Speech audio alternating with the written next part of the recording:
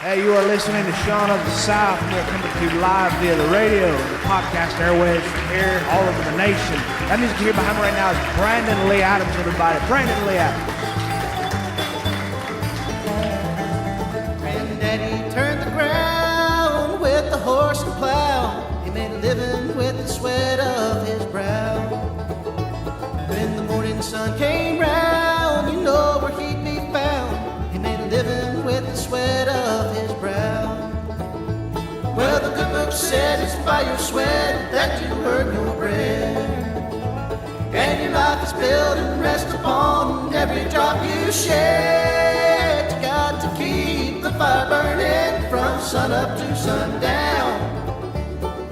When you live your life by the sweat of your brow.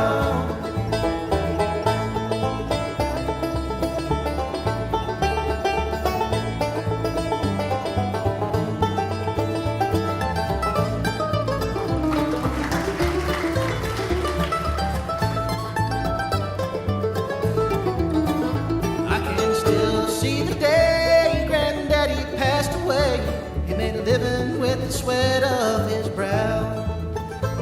When we laid him in the ground, I gave a quiet bow to make a living with the sweat of my brow. Well, the good book said it's by your sweat that you earn your bread. And your life is built and rests upon every drop you shed. You got to keep the fire burning from sun up to sundown. When you live your life by the sweat of your brow.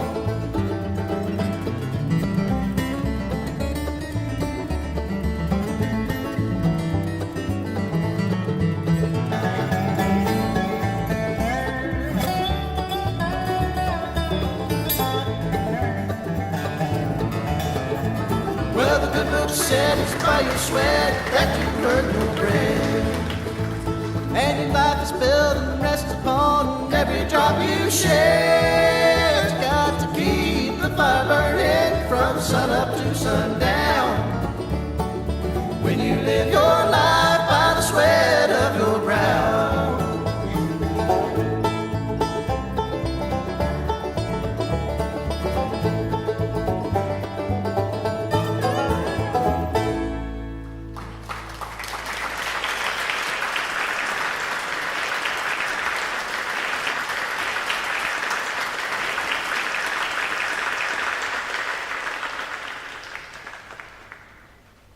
I'm going to read you a little bit of our mail tonight. Our first message comes from Heather, daughter of a redhead in Alabama.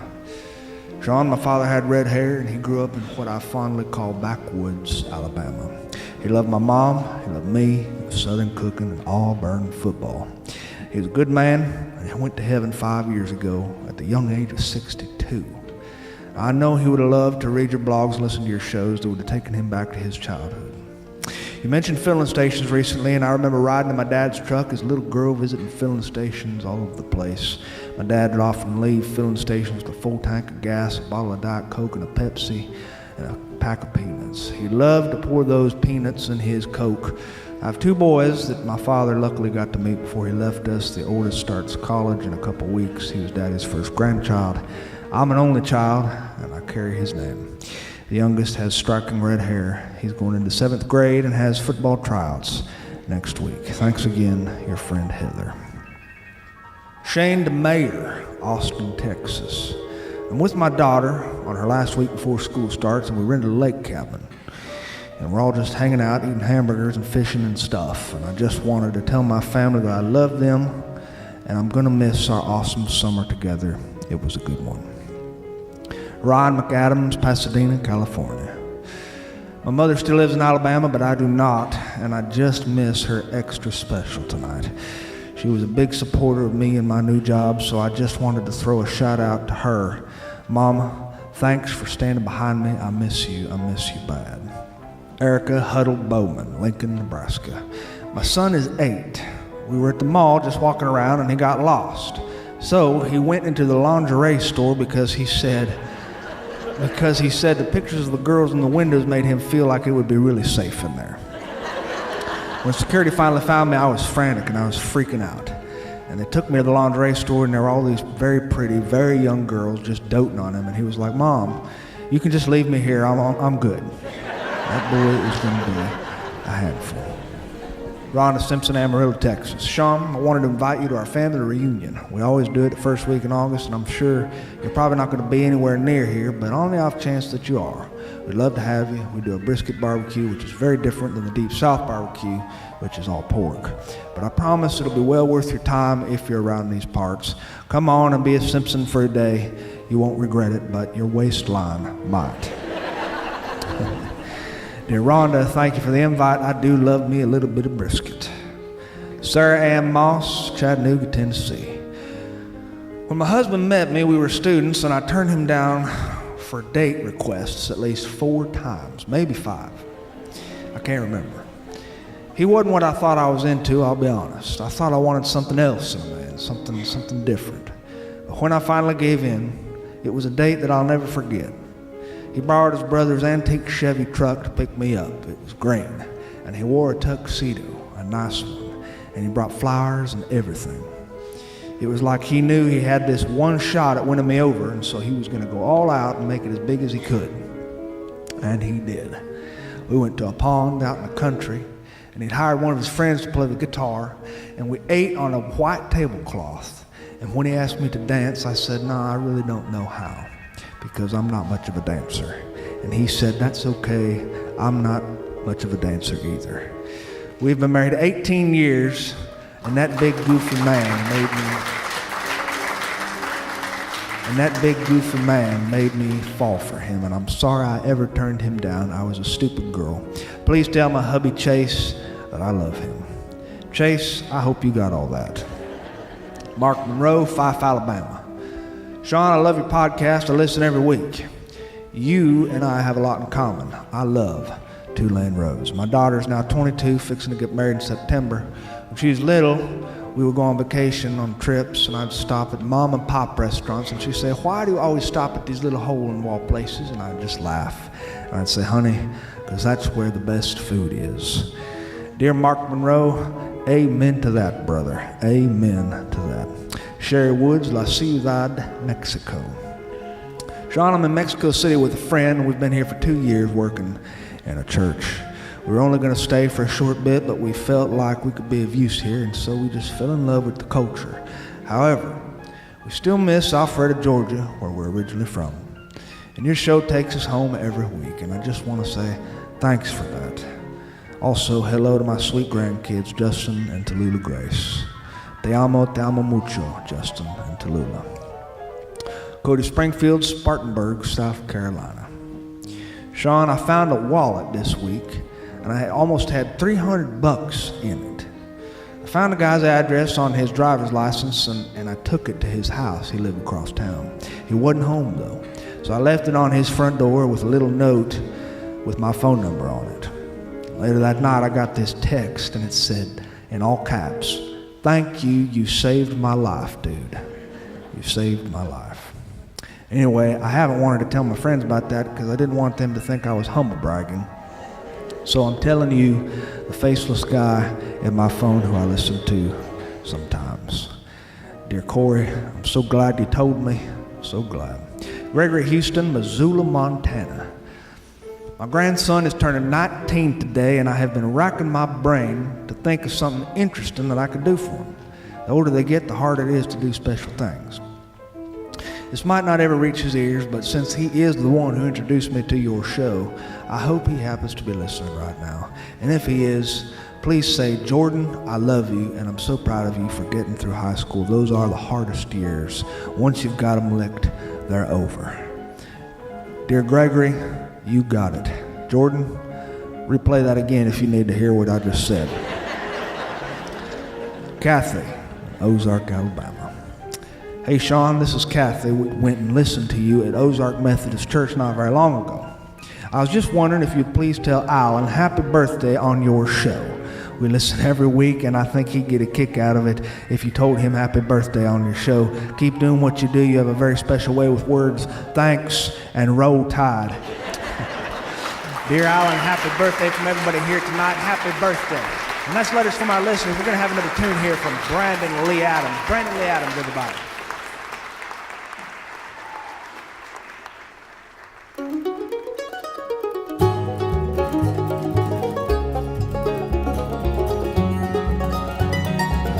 What were you doing in my dreams last night? Thought I drank you off my mind. Should have known you'd come back around, 'cause you're not the leaving kind.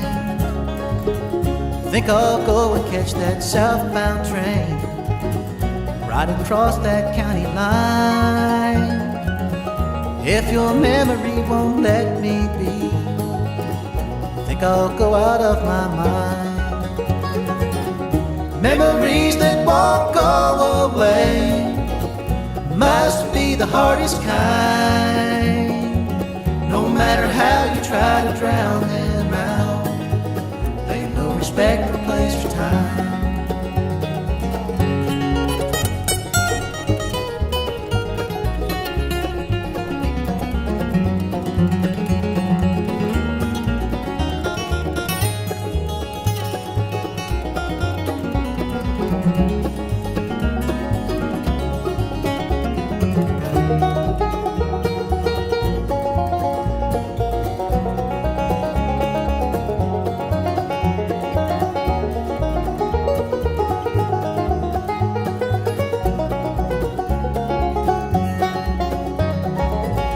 Where on earth that I can go to erase your memory? There's a picture painted in my mind that just won't let me be. This old train can put the miles behind, get me far enough away.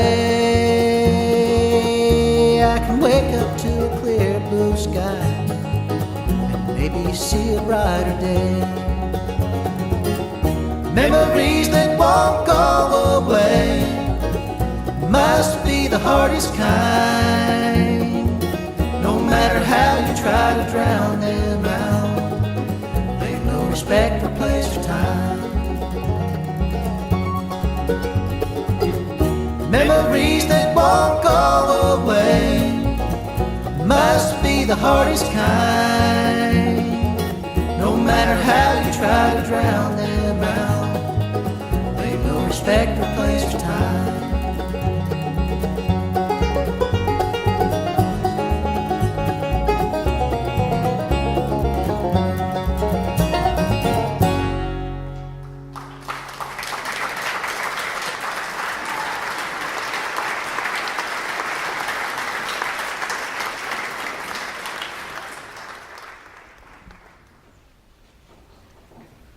We had a beautiful rain this week. Summer rain started this week off on Monday. Monday morning I woke up and it was nothing but rain. I had seen it coming in on Sunday night. I looked off into the distance. The sky had gone from a blue to a dark gray. I like a summer rain. I like to wake up to a summer rain. There's something about a summer rain that is different than a spring rain or a fall rain. A summer rain is the kind of rain that is not foreboding or looming with dark and ugly, terrifying clouds. A summer rain is accompanied with graceful clouds, clouds that seem to come out of nowhere and form and do a dance in the sky. And they light up the sky rather than make it dark. It's a very bright gray. The world is actually a little bit brighter during a summer rain than it is in full sunlight.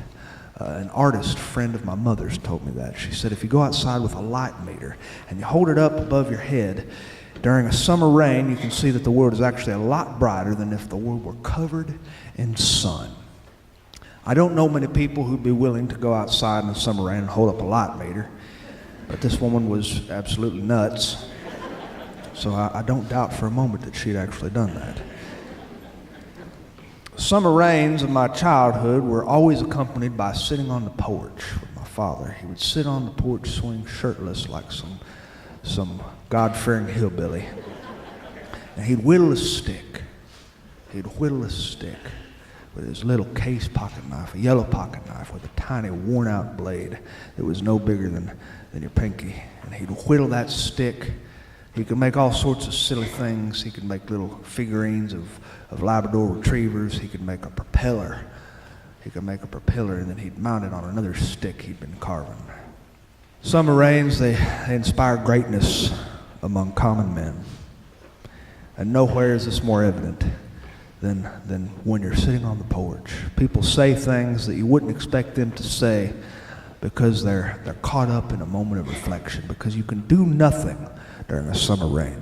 Whereas when the weather is perfect and beautiful, you can always get outside and you can work. But when it's raining, you can only sit on your porch and listen to the millions of pounds of water pelt the millions of acres which sit before you.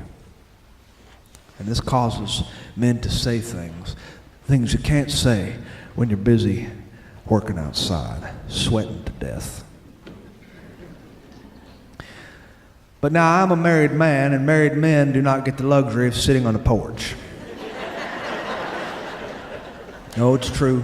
It's true. Married men have to go into town and buy things, or they have to complete things on their honey-do list. You see, a honey-do list is a list which has been accumulating since the day of your birth, if you're a man. And this list is added to with at least 5 items every day. 5 items every day are added to your list, and by the time you die, your list will be longer than an unfurled roll of Scott's toilet paper. My list has been growing and growing and growing. And my father used to tell my mother, he'd say, honey, ain't no need for you to keep nagging me about this. He'd say, once you've told a man to do it, he'll do it. He'll do it. And there is no need to nag him for 6 months about it. With my wife, now, she has a long list from me, and on a rainy day, when you are stuck inside as a married man, that means you are in close proximity to your wife. Thus, sitting around on your keister is not an acceptable form of passing the day away. No, sir. No, sir. Not when you've got a list which is accumulating while you are sitting there watching the rainfall. No, sir, you better get up and disappear if you want to continue being married. So I got up and I went into town. First thing I did was get a haircut. I've been needing a haircut for a long time. I'm lazy when it comes to cutting hair, and so my hair gets kind of shaggy looking. And the first person to notice this was my wife. I walked in to this barber shop a friend had been telling me about. I'd never been there before. It was clear on the other side of town. Walked in and I saw an old barber's chair sitting right there in the center of the shop. It stood out from all the other chairs. It was old. And the man standing behind it was a little man about 5'2" with pure white hair and cobby features. He was a stout man, and his name was Spike. Spike is from Lafayette, Louisiana, and he talks like it. He's got a Cajun accent so thick I could hardly understand him, and the Cajuns have their own words for everything. And they always say the word "che," "mache," after their sentences. Oh, how you doing today, mache? Come on up here, mache. Get your hair cut. Get your hair cut, boy. I could hardly understand him, but he was a sweet man, and he laughed too much. He laughed so much that his face would frequently turn purple. He was the kind of old man who'd tell jokes. Old men can be divided up into 2 sections. There are grumpy and bitter old men who wake up and they're angry, probably because they've had years of honey-do lists accumulating, maybe even from multiple wives, God forbid. And then there's the kind of man who tells a joke. This is the kind of man who learns to enjoy life. This is the kind of man I'd like to be one day. Oh, Spike told me all sorts of jokes. He told me a joke about the man who was walking along a country road. He was walking along the country road late at night, and a semi-truck from out of nowhere came and it pinned him against a tree. It hit him so hard it pinned him up against an oak tree. A little while later, a police officer came down that road and he saw the man pinned against the tree and the truck. And the police officer draped a wool blanket over the man and he said, "Sir, are you comfortable?" And the man said, "I make a nice living."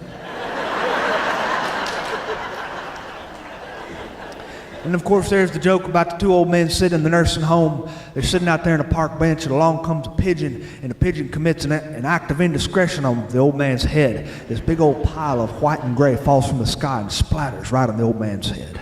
And the other old man looks at him and he says, "Oh my God, stay right here while I go get some toilet paper." And the other old man says, "Are you nuts? Do you know by the time you get back here with that toilet paper, that pigeon's going to be long gone from here?" And there's the joke about the man who went hunting.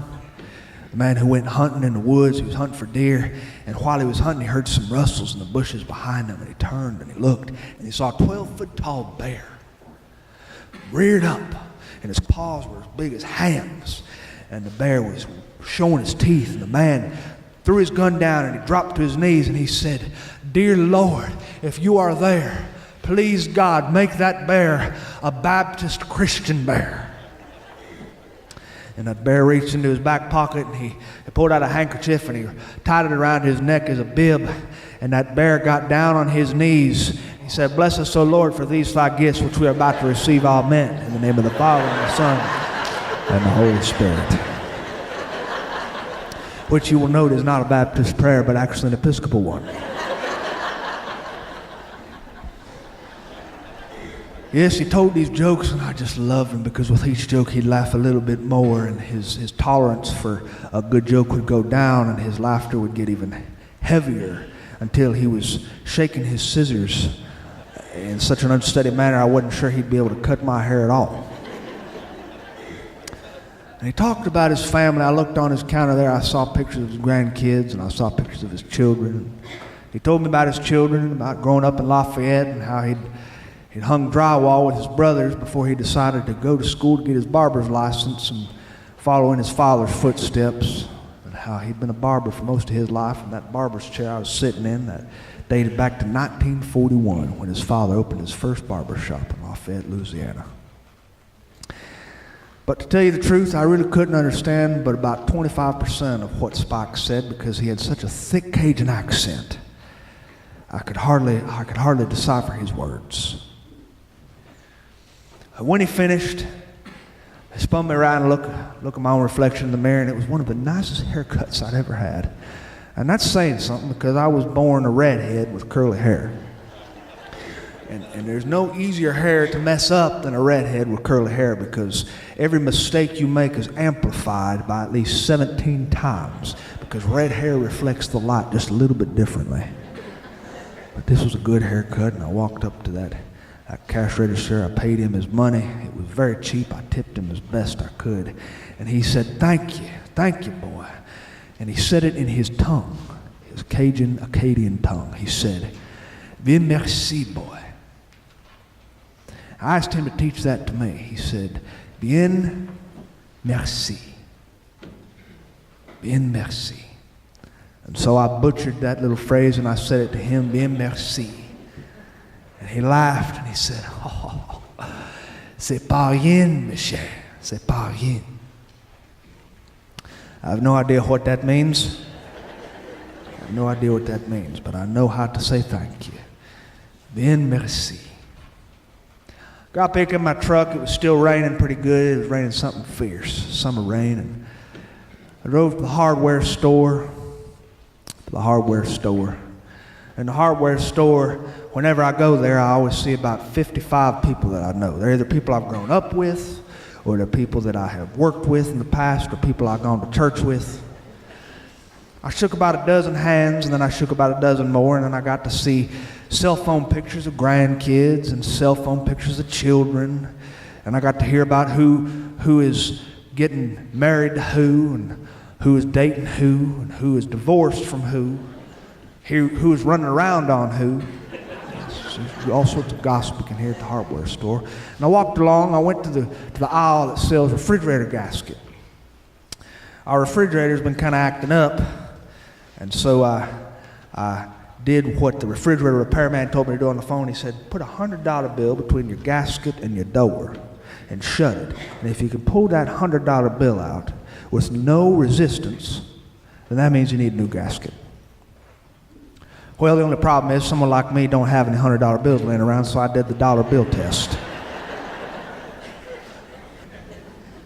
course, my gasket's completely shot, it turns out. There was no resistance. That dollar bill just slid right out. And so I went to the hardware store. I was walking around and I got immediately held up by Bill Weaver. Bill Weaver wanted to tell me all about his gallstones. Bill Weaver's about 76 years old. He just kind of hangs out at this hardware store. And once one man starts talking about his gallstones, the whole conversational floor is opened up for all the other older men to come and tell you about their ailments. And there's nothing older men love than to talk about the ailments. It's like chickens gathering around a June bug. Once one man starts talking about it, another man comes and he starts talking about it. And good Lord, once the first old man mentions the word prostate, all the other old men have something to say about it, and it's vile, crude conversation. I don't wish it on my worst enemy. I kind of removed myself from the conversation that Bill Weaver had started. And I was walking the aisles looking for a refrigerator gasket, and I passed the aisle that had electrical stuff in it, and I saw a man pushing a cart, and he had a boy with him. And that boy had Down syndrome. They were laughing. They were laughing like they was in their own little world. That boy was just grinning at his father. His father was just grinning at his boy. And they were laughing, and I can tell the difference between forced laughter and genuine laughter. This was genuine. It really was. And I became so entranced in what they were doing that I was kind of following around the store. And then I heard this loud voice behind me, the mouth of the South. Don Robertson was behind me. Don Robertson's an old man with silver hair, and he always wears the same outfit, a little denim shirt tucked into jeans with a belt buckle and boots. And every year, Don Robertson gets a pair of hearing aids for his birthday. And every year, Don Robertson's voice goes up by about 3 decibels. He talks a little bit louder and a little bit louder until one day, when I assume he reaches 85, he will talk loud enough to affect the dadgum weather. The mouth of the South. He used to sing in the church choir. He sang first tenor. And he sang notes that are not available on the Western scale of music. Notes that no man within 3 counties had ever heard before. Whatever notes they were, they certainly aren't located in the Baptist hymnal. Don Robertson was talking to me, and he was telling me things about his son and about his daughter. And I was listening, and I lost track of that man and his boy. And I finally saw that man and his boy near the checkout aisle, and I inched toward the checkout aisle just 1 footstep at a time. And Donald Robertson inched toward the checkout aisle 1 step at a time along with me. And his voice kept getting louder and louder and louder until people in the store was looking at us. And then Donald Robertson mentioned his prostate.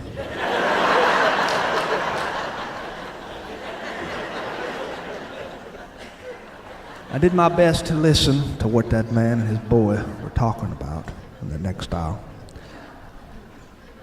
And what I heard was this. I heard, Dad, do you think Mom's having a good day? I heard that man say, yeah, I reckon she's having a good day, son. I reckon she's having a good day. He said, what if we could make her have a better day by getting her a Mountain Dew? And that father smiled, and he reached into the cooler, and he pulled out a Mountain Dew, and he threw it into his cart. And then, once they checked out, I saw that boy, that little boy, walk around, that cashier, without warning, and he gave her a hug, a big old bear hug. And she gave him a hug too, and apparently they didn't know each other. Apparently they were strangers. That's what I was able to gather. And while I was caught up in this moment of reflection, Mr. Donald Robertson's voice was just ringing in my ears. He was saying, did you know that my wife's mother had a gallstone which was roughly the size of a football removed from her gallbladder? And this drew men from all corners of the store. They all kind of meandered toward him. One man was carrying a walker, another man was carrying a little cane. And they all gathered around him, and the other man said, yeah, that ain't nothing. And so it went. And I was able to pay for my stuff and just kind of make a smooth departure out of the store. I got to hear about I got to hear from my friends in the parking lot on the way to my truck. I saw my buddy Alan, I used to work with, and he said he just got married. And I got to see another friend of mine, and he pulled out his cell phone and he showed me pictures of his brand new daughter. She's just born last week. I got in my truck and I drove to the supermarket because my wife has texted me a list. You see, sometimes I get messages from people who ask me little tidbits about marriage. I got a message this morning from a boy named Paul in Marietta, Georgia. Paul wanted to know what it was like to be married because he's about to be married in the next few weeks. Paul, if you're listening now via the podcast airwaves or the radio or anybody out here in this audience tonight, marriage is a whole lot more than a lot of people think it is. A lot of people think it's about companionship and love and children and for better, for worse stuff and for richer, for poor stuff. But it's a whole lot more than that. Marriage, you see, is an epic, never-ending, lifelong struggle about what is for dinner. Oh yes, your wife, she wants to know what's for dinner. This is just how women are created. The epic, never-ending struggle of what's for dinner is always there beneath the foundation of any good, solid marriage. Many world wars and many international conflicts could have been solved if one smart man would have approached his wife while carrying a carton of ice cream with 2 spoons shoved in it and said, you know what, how about ice cream for dinner tonight? So I rode through those aisles with my shopping cart and I got the things my wife wanted. She wanted chicken, flour, peanut oil, and okra, and celery, and Duke's mayonnaise, and peaches. And when I got to the checkout aisle, I saw a girl in the checkout aisle. She was about 18 years old. She wore a scarf around her bald head. And with her was her little brother and her father. And I introduced myself to her because she was such a beautiful, vibrant young girl. And she had freckles just like I do. See, people like me who were born with buckshot freckles, we wander through life wondering what it might be like to have pretty skin. She was fair-skinned just like me, and she had a little bit of a sunburn, just the faintest hint of a sunburn. That's because she's from Bowling Green, Kentucky, and she's only down here for the next 4 days, and she just visited the Gulf of Mexico this week. It was the first time she'd ever seen the Gulf of Mexico in her life. Her name is Julia. Julia went down to the beach with her family on the sugar white sand and the emerald green water. And she sat underneath an umbrella with sunscreen on her buckshot freckled skin. And she watched her little brother and her family play in the water and in the waves. She said, I can't get out in the water because my doctors, they say that my immune system isn't able to handle the bacteria that's found in the Gulf water, so I had to stay out of the water. But I was okay with me. I just read a little bit. I watched them. They were having fun. When it was time to go, they pushed their cart out to the parking lot, and she waved goodbye to me. Beautiful, beautiful young 18-year-old Julia. I left that grocery store, and I darted through a world that was raining. The summer rain had started again, the sky had opened up, and it was pouring something fierce. And I finally got to my truck, and I was just dripping wet. My shirt was saturated, my jeans were saturated, my hair was matted to my head. And I just kind of sat there for a little bit watching the designs on my windshield, the crisscrossed crystal designs of water forming on my windshield. I kind of thought about something I didn't mean to think about while just sitting watching the rain. I thought about how grateful I am. How grateful I am to just be feeling all right today. My mother used to tell me, she'd say, when you get older, you're not going to be able to sleep as good as you used to, and you're going to wake up feeling kind of crotchety, and every day it's just going to be a question of what are you recovering from. Life itself is just a game of recovery. You recover from one thing, and then another thing hits you, and you recover from that other thing, and then another thing hits you. And right then, while I was watching the rain, I was grateful. I was grateful for everything. Not just one or two things, but everything. I was grateful for little boys with Down syndrome, sent from heaven to teach us what it means to truly love, how to hug a stranger. I thought about men like Donald Robertson, Bill Weaver, old men, white-haired, who can't hit a tune in a bucket but still sing in the Baptist choir every cotton-picking Sunday. I thought about little white-haired barbers named Spike, who still cut hair in an old chair that was passed down to them from their father. I thought about men who tell jokes, who laugh too much. Would that I could be such a man. I guess what I'm really trying to say here is, bien merci. Thank you. And thank you, everybody here tonight.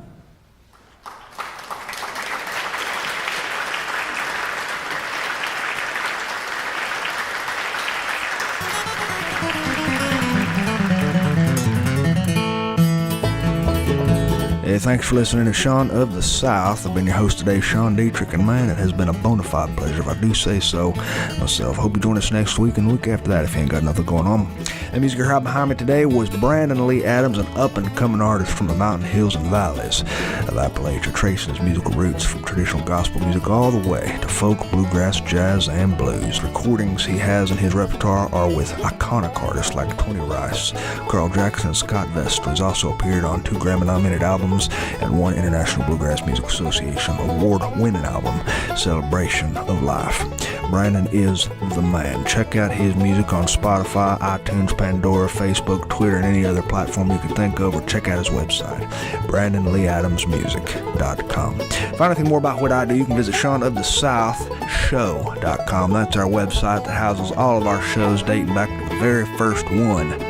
While you're there, I hope you drop me a line. Tell me about your birthday announcements, wedding invitations, grandparents' birthday anniversaries, bar mitzvah invitations, and anything else you can think of. Funny stories, sad stories, or anything that's happened to you today that you might not think that matters, but it really does to a whole lot of people who like to laugh, or who like to cry, or who like to just hear about you. And I'll do my best to read them over the air for my friends, because I love to do that sort of stuff for my friends. Speaking of friends, you might think you're lost on road life sometimes, but if you got somebody with you, well, that means you ain't really lost at all.